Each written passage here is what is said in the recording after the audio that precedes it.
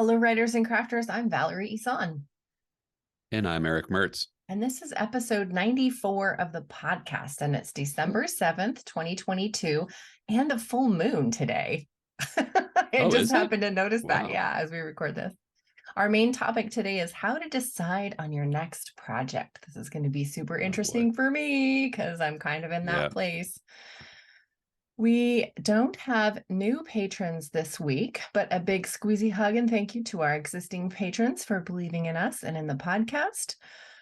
The podcast is sponsored by our patrons at patreon.com/Valerie Ihsan. And for as low as $1 a month, you can get a shout out on the podcast and we can make announcements for you, which we're going to be doing in just a minute for a patron. At other tiers, Yay. the benefits increase: free books, accountability Zoom calls, scene analysis, mastermind calls, and even free WriterCraft retreat tickets. More on that in a minute. Become a patron of the arts at patreon.com/Valerie Ihsan. Okay, so comments from last week. Mary says she enjoyed the conversation on a topic that plagues all of us, the one on failure we're talking about. I believe that the notion or concept of failing is the lie we have been told and swallowed very early on by others. How we struggle throughout our lives to unravel and disarm the lie is our story. For me, at 69 years old, I have come to understand that what people deem as failures are magnificent opportunities for learning and growing into who we become. So thank you, Mary. That was really insightful Cheers and to that. beautiful. Yeah.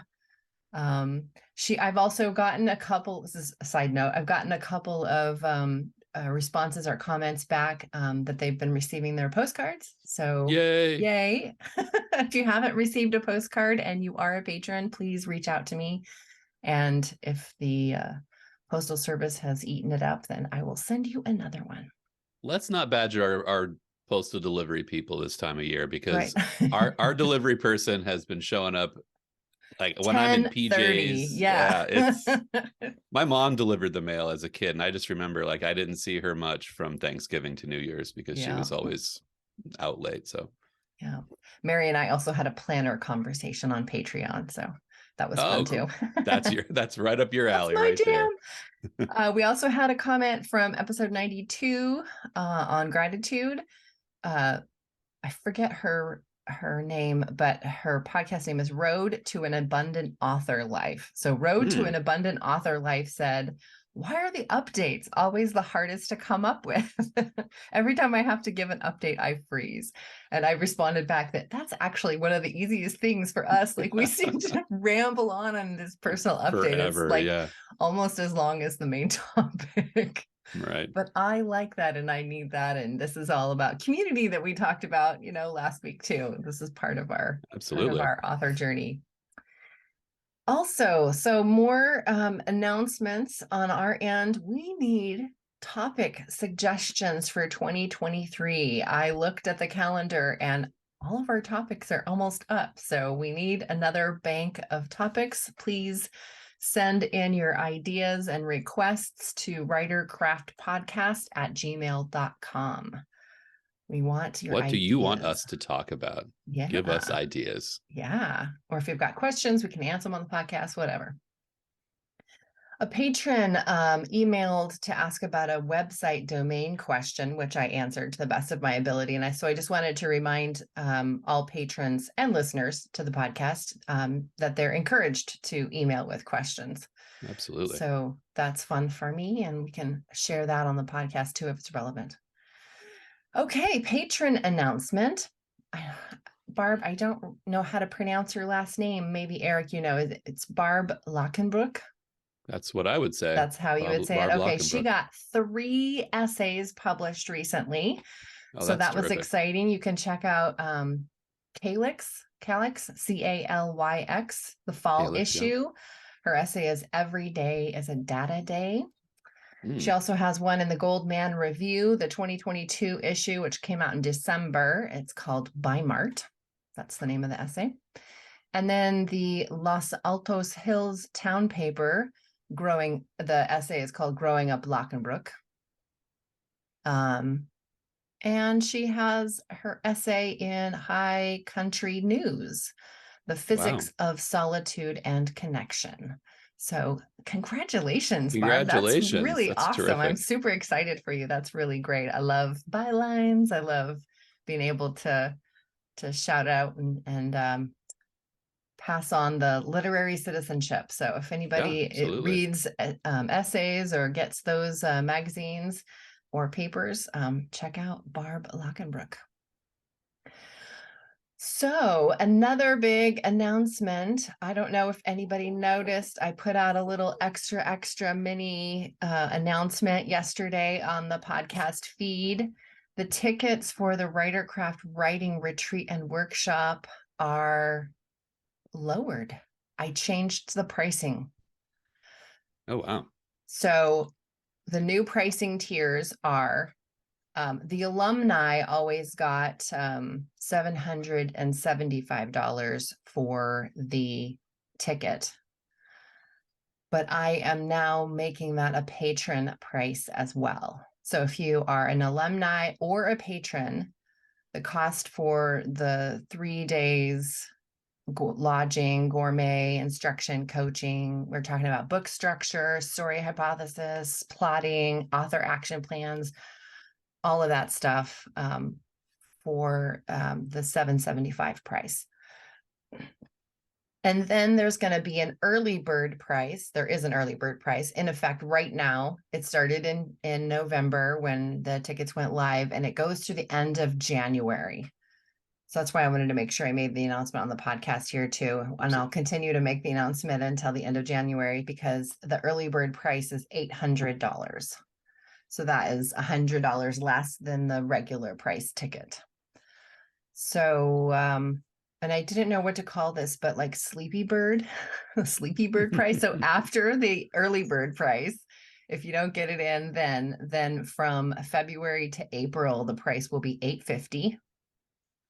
And then the regular price of $900 starts in May. And the reason I'm doing this is because, I signed the contract yesterday for the vendor, and I have to make deposits. And it's always been a big stress for me the last couple of years to try to come up with the money in advance for this place. So I'm trying to skew the pricing so that you'll buy tickets now so that I can pay the dude now.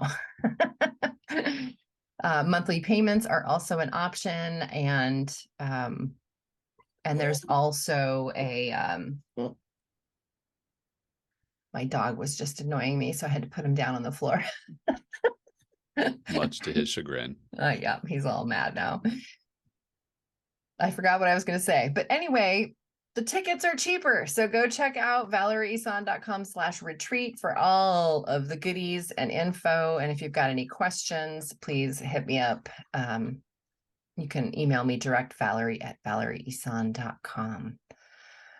And I've got one more announcement. Sorry, this is taking really long, but I had a lot of things to talk about today. I was checking out our 100th episode. That's going to fall on January 18th, which is, interestingly enough, the last podcast before I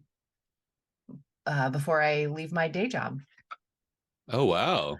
So the 100th episode, and then the next week I'll be done at Tsunami, and I'll go to Costa Rica for a week and come back as a full-time writer. And oh my gosh. So I just thought that the timing was so synchronistic. It was just serendipitous. It was pretty awesome. So love it. What I would love to do to celebrate our 100th episode with you listeners is if you could send in an audio clip. Oh, yeah. Email it to writercraftpodcast@gmail.com with a comment or a testimonial about the podcast, what you like about it, why you listen, anything like that. And then on the 100th episode on January 18th, we'll play the clips on air. So please send in your audio clips by January 11th at the latest. And that'll give me a week to put them all together and make them appropriate, to play. So that sounds super fun to me. There's one we don't need a topic for, right? Because if you're gonna, the topic is you. You have to tell us what you like about the show and why you listen. Taking care of itself. Yay! 100. It's 100. The Century 100. Club. The Century Club. We've made it. All right. One last announcement. I wanted to remind everybody that today is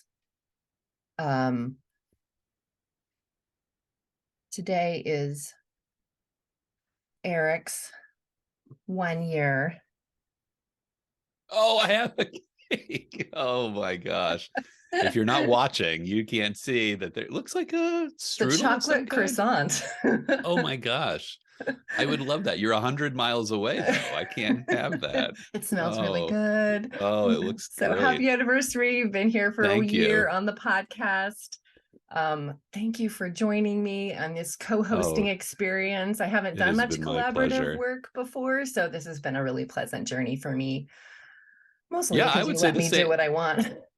That's the kind of the similar thing, right? Like I have always struggled with collaboration, and so it's nice to be a part of something that's a mutual effort. And I wish that was right here, right now. Yay! You make each week enjoyable. I look forward to seeing you on Wednesday mornings. Oh, I learn from you. I think about things in a different way. I become inspired by your knowledge and your business sense. Oh my gosh, you're gonna make me blush. Anybody watching, this is not my natural color. Thank you so much. I think it's really interesting too that I consider you both a colleague, a friend, and a mentor. I don't know many people who fit that bill. So thank you. Happy anniversary, Erick. Thank you. You're gonna blow out the candle.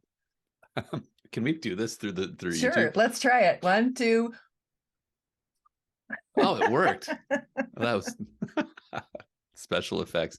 I'm gonna need a moment to recover. Why don't you give your author update? I'm all verklempt. Okay. Yes, author updates. What I did last week was settle on the cover design, and I revealed that cover to my patrons. So that's exciting. Cover is settled. Now I'm panicking about taxes. Trying to oh no, I haven't even thought about that yet, which is of course not the way you want to do it. And every year I think, all right, this is the year I'm going to get my accounting done every month. But this was not the year, I am sorry to say. So I'm panicking a little about taxes. I finished up a client job last night, which was great. I got my new glasses. There's no electrical tape wrapped around the bridge of the nose anymore. Let's see, what else did I do last week? I know there was more, but I can't remember off the top of my head. So that's kind of my author update, I guess. Well, I have been rewriting like crazy, like we talked about before we hit record. And yeah, I mean, the book's coming together really nicely. As I was saying to Val, like I just usually rewrite in a forward manner. I plot out what new scenes are coming, what I'm taking out and all that. But what I have never done until now is I've actually kind of gone back in little bits, like chapter by chapter, and reread what I just rewrote. It's hard enough to rewrite, right? Because it feels like you're kind of walking in your own footsteps a little bit. But that review time, going back and just taking the hour to reread the chapter to analyze whether what you did worked or didn't work has been really, really helpful. Especially when you're in a series, you're kind of building a series as you go, characters learning incrementally. You have to be really aware of what do they know at this point that affects what they're saying here. I've added new things. What do they know at the next point? I felt like going slower through a rewrite has actually made the rewrite go quicker, right? I'm not stumbling over it. I don't have those like stuck mornings where I'm thinking like, okay, how am I going to move this forward today? So just to clarify, that rereading and then working forward is not rough drafting. This is only for revision. Yeah. Correct? Okay. Yeah. I've written the first, I think it came in at like 35,000, went back, added the scenes that I wanted to add. And now I'm going through and integrating those scenes into the existing, in taking draft 1 at 30,000 and making it 60,000. And just the time, taking that little bit of extra time to, okay, let's go back and review and look at what that edition did has been really nice. It's just really made it feel, it's affirming. Um, and it actually, like, I've read a lot of authors that will do this. They spend the first thing they do each morning is they go back and look at what they wrote the day before. And I've always like felt a little weird about that, but it's helpful just to see it gets the flow going in a different way. Yeah. Gets Yeah. the internal stuff, working. Like maybe Rachel Herron said something similar to that years ago on a podcast episode, where the first thing she would do in the morning is like look at what, or maybe it was the night before, but she would look at the thing that she was going to write, look at her scene notes and think, okay, yeah, this is the scene where I'm going to write about blah, blah, blah. And then she would go and do her morning routine, and then she would come back and do it. So she would have like an extra couple of hours of just sort of ruminating on how that was going to happen, and just sort of getting it in the mind. And I thought that was really interesting. I've never tried that before. Yeah, I mean, I think especially if you're doing something, again, especially if you're in series, you're escalating a story in the book, but you're also escalating a character in the series. You're also like building, like, there's like the in-book mystery, and then it's how it fits into a bigger piece, your bigger story world. It's nice just to take the time to review, okay, right, in the last chapter, this character learned this. Now they're going into this next scene with that knowledge. It's a good refresher in your story, which I think sometimes we can lose track of if we're not careful or we're not intentional. So I'm hopeful that book, this rewrite, will be done like in early January. I'll churn it through my writers group again, and then hopefully have it to you in March so I can get it out. The cover has been a bit of a struggle. I'm not getting like the finer details on the cover, but I should have that to tease maybe in January. I hope. I'm just getting really picky about certain details, and I don't think the designer sees it the same way, unfortunately. I realized that I was getting too picky on that font situation. She did get back to me with a couple of other ideas, but also said, I really think that, version 5 is the one you should go with, but here's the other ones that you asked for. So I was like, all right. Then I was like chagrined, like, okay, she's the designer. She knows what she's talking about. Let's go with the one you think is best. Well, and I don't mind being detailed. Like, I'm very in what I'm talking about, but my cover, like if you look at mystery covers, often it's, they're blurry, they're hazy, the details. It's not like a paranormal romance where you've got, a clean looking character on the front. It's a little that haze, ambiguous, that fog. It's ambiguous. There's an ambiguity. And I'm trying to get that ambiguity in the cover the right way, which we've come to a lot of happy accidents, things that I didn't think were going to work that actually do, but we're getting down to details like, nope, I do not want to see that. I need to see that blurry. I need to feel foggy. So we'll get there. Cool. What are you reading? I am still trying to finish Mexican Gothic. Did not have a great reading week, actually. I'm a sick kid and took a lot of my attention, and new issue of Poetry Magazine came in and took me away. So I should be done with that like tomorrow, but it's great. You're liking it? What pick? Yeah. I guess can I ask online what you are on air, like where you're at, or would that be too spoilery? I think that's a little spoilery. Let's just say, like I'm about 2/3 of the way through. Okay. It's got a great feel. Yeah. It has that like creepy and dreadful.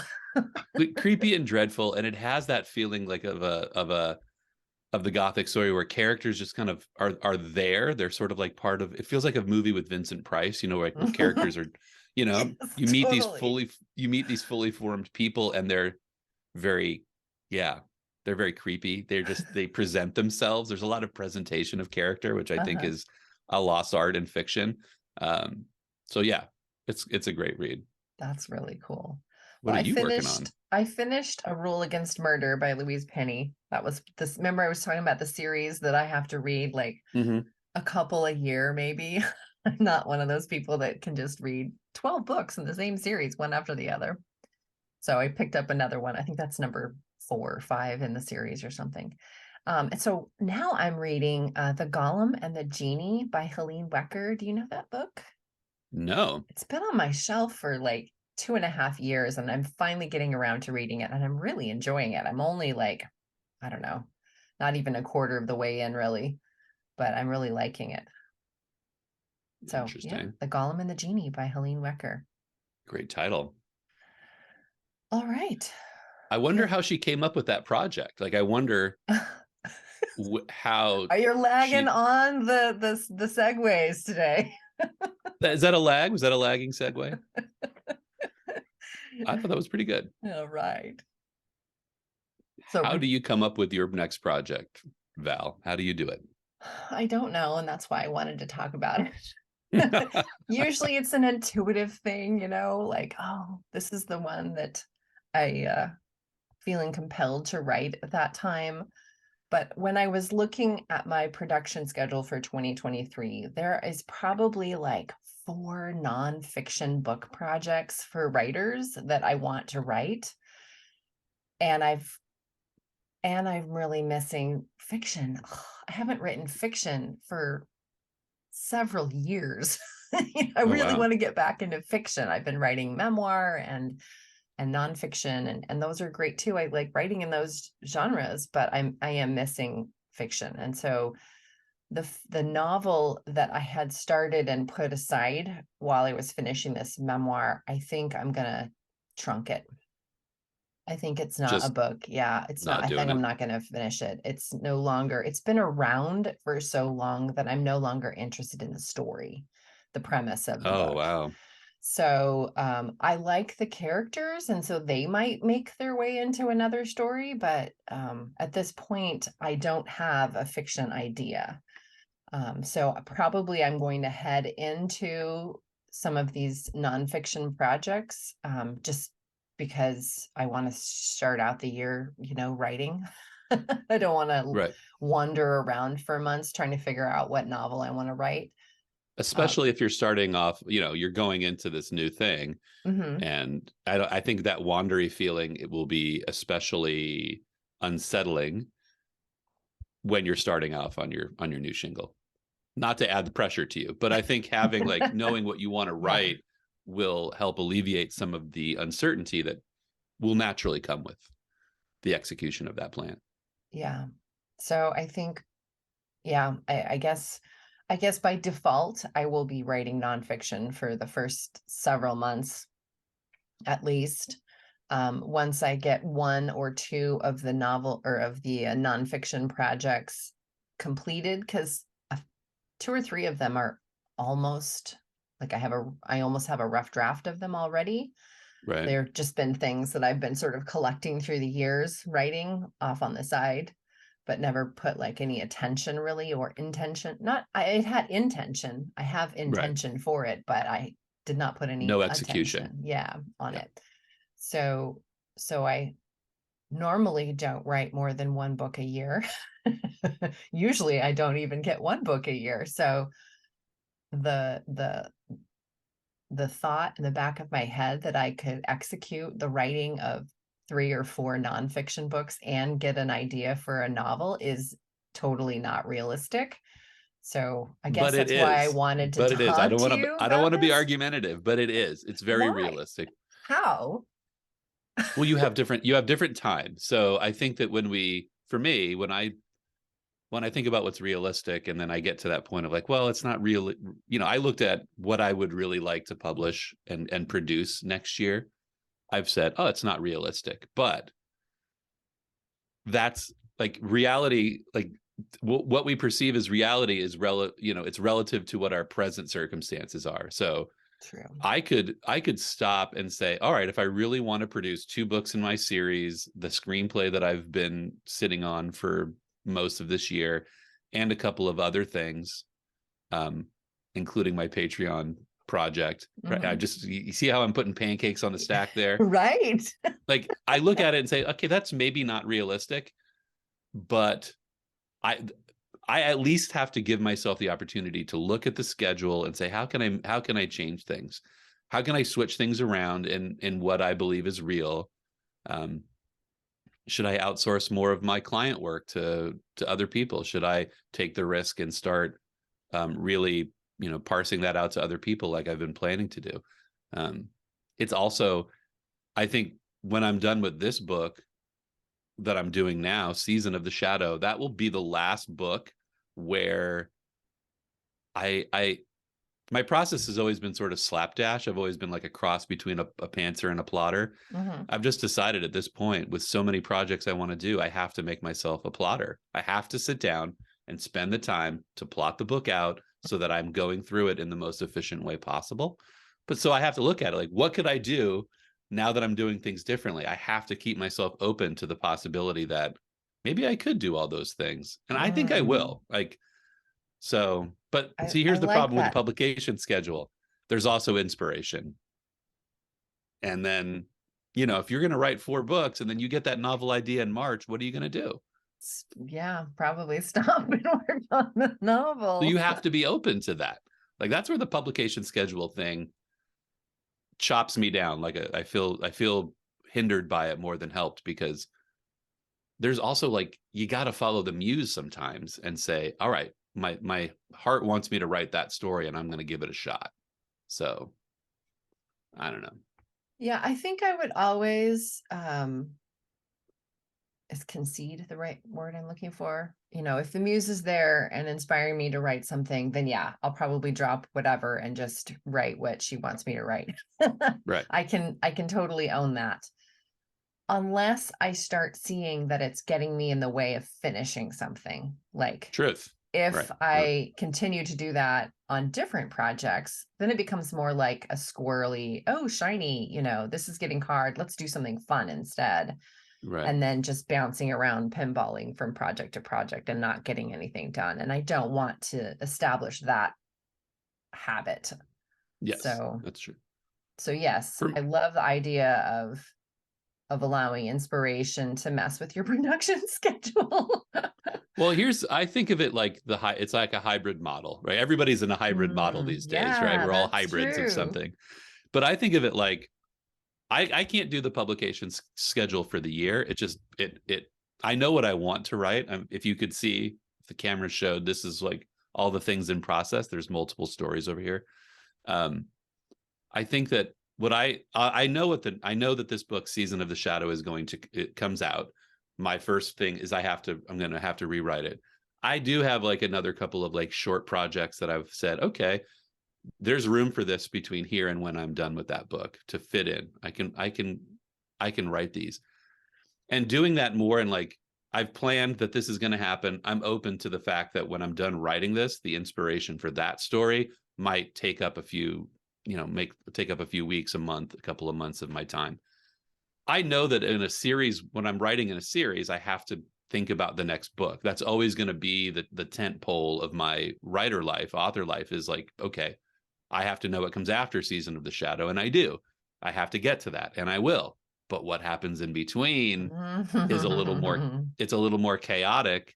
And I just think that for me, that's author life has to have a little element of chaos to it, where I have to just say, wow, I got this idea. I'm going to write it. See what happens. I like that. I was talking with our mutual friend, Joe Bartlett. Oh.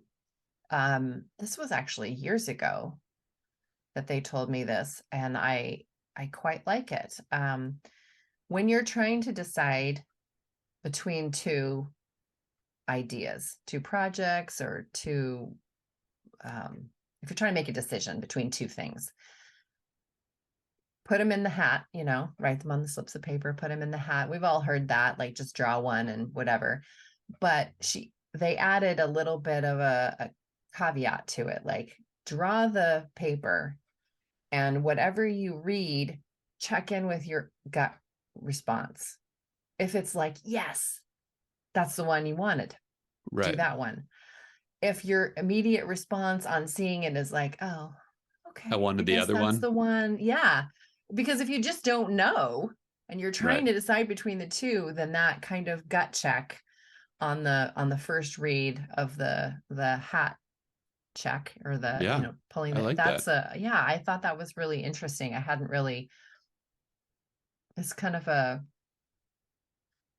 an improvement to the hat tip. The randomness, right, Yeah. which doesn't take into account that the heart wants what the heart wants, and that's And sometimes you just can't access that, you just don't know right. sometimes because your head's in the way, or there's just too much noise around you. Other people have ideas about what you should be working on, or, whether that's Yeah, good or bad. Maybe your readers are really clamoring for the next book in the series, and you're like, yeah, I want to write that, but I also really want to write this too. And which one should I do? So I like yeah. that idea too. I think that. Well, I think that's a great idea. I'll have to bring that up to them when I see them again. I I think that that when you introduce an audience too, you get into that, like, okay, so people ask for things, and that's part of the reason I'm doing this Patreon account project, is that I've had people that are in my mailing list that are in my, I don't want to say fans, that always feels a little awkward, but people that like what I do, Uh-huh. they have said, hey, I want to see some of that stuff you used to do. And so and it works for two ways for me. It takes away some of that anxiety that I'm just writing in a series. It's something outside the series. It's adjacent. Um, it gives me a chance to feel like to have some freedom.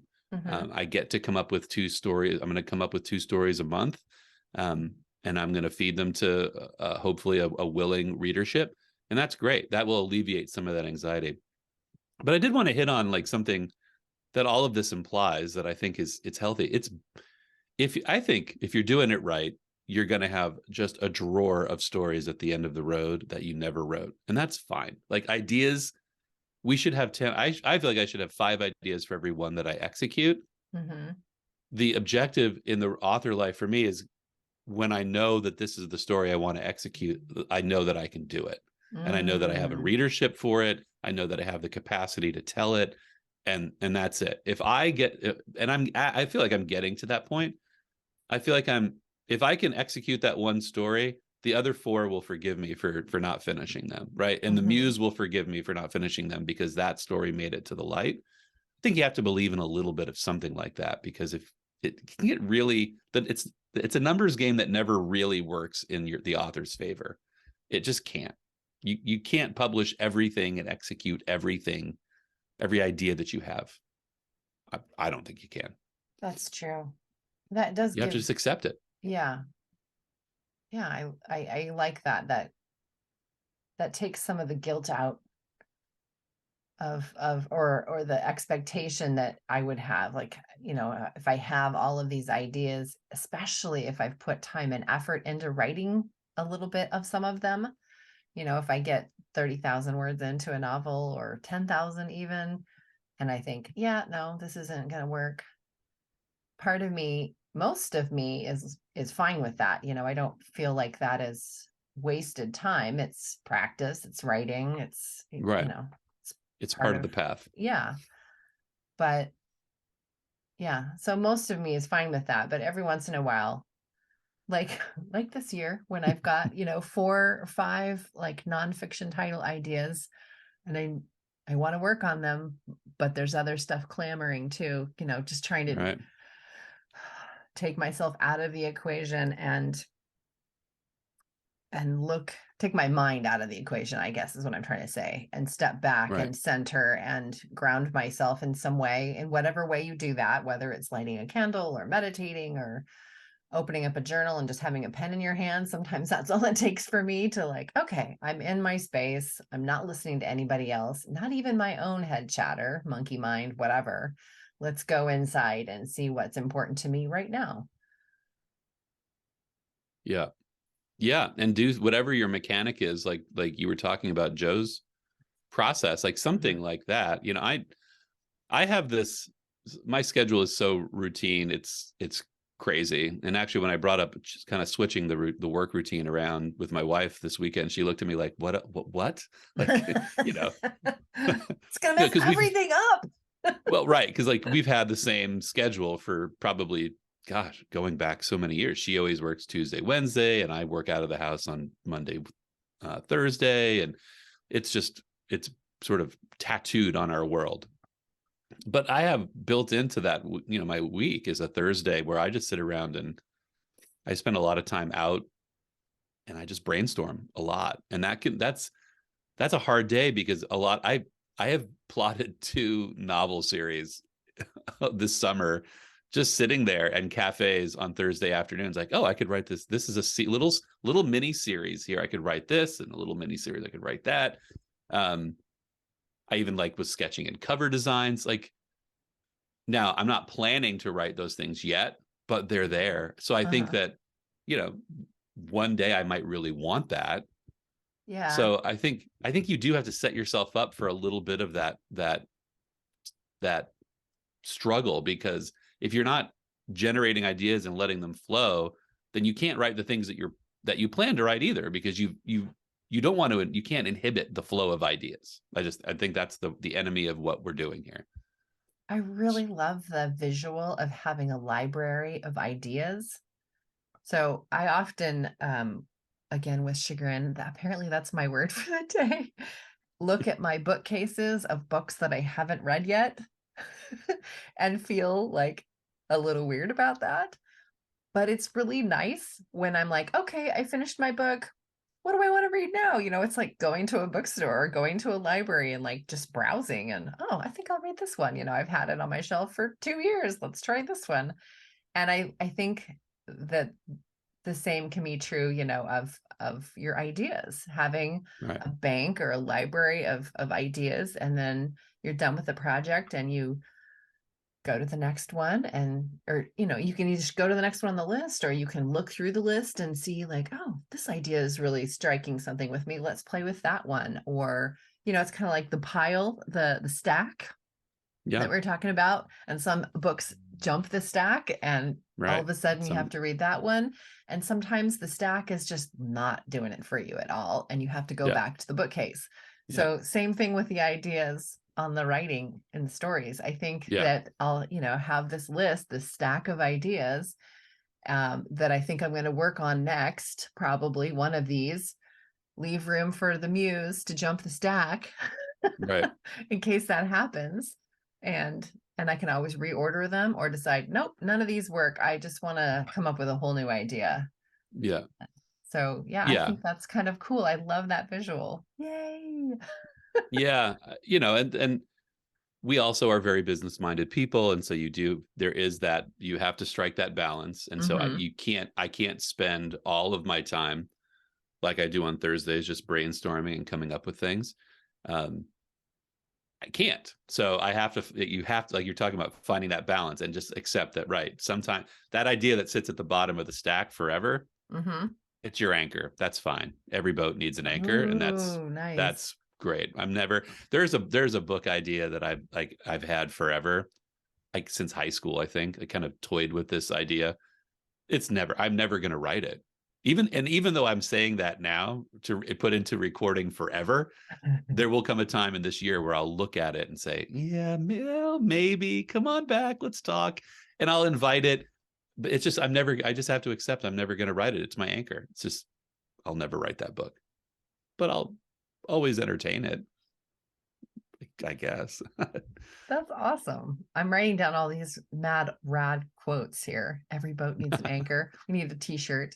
That idea might never be written. It's okay that the idea is an anchor. Yeah. Nice. I think, but when you decide to do when you make that decision, right? We should end on this note. When you make the decision that, okay, I am going to write this book next, then there is that discipline with okay, this is what I'm writing, this is what I'm doing. And you're going forward at that point. So I think that you can collect ideas at that time and you can feel those ideas. But once you make that decision, I feel like the next challenge is how do you stick with it? How do you, because 80,000 words or 60 or 100, whatever you're going for, that becomes the new mountain. You just got over the mountain of deciding, and now you get to the base of the mountain of doing, and that's a different mountain. And that can be part of your decision process too. Like remembering, I've got to stick with these characters for, however long your writing process is, a year or 4 months, whatever it is, but you're going to be with these people for a long time, or this idea or this premise, are you Yeah. willing to stick it out? And is it an idea that merits writing 80,000 Right. words on or whatever? And if you're hungry for finishing energy, you might be standing at the bottom of a huge mountain and say, like, 100,000 word book is just not, I need the finishing energy. Maybe it's time to look at the, keep that mountain in mind, go write a short story, get the finishing energy, and come back to that when you have a bit more of that marathon feel. Yeah, I don't know. I don't know if we've settled on really how you choose the next project. Well, I don't think it's going to be the same for every person. It's going to be No. different, totally. And I think it's different for every project. I think Yes. I just, in my newsletter lesson that I'm learning with my consultant, I may have to write a new, like a book, like a new giveaway, a new book to use in giveaways and promos. She recommended I write like a 10,000 word novelette to put at the front of the series. That's strictly a giveaway. So in a practical sense, it sounds great. I technically should do this.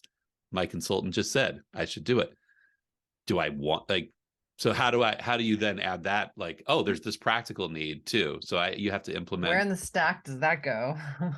Well, luckily I had an idea for that fit in the series, but didn't fit anywhere else. That once she said that, I said, well, I could probably write that as the prequel and it would be pretty good.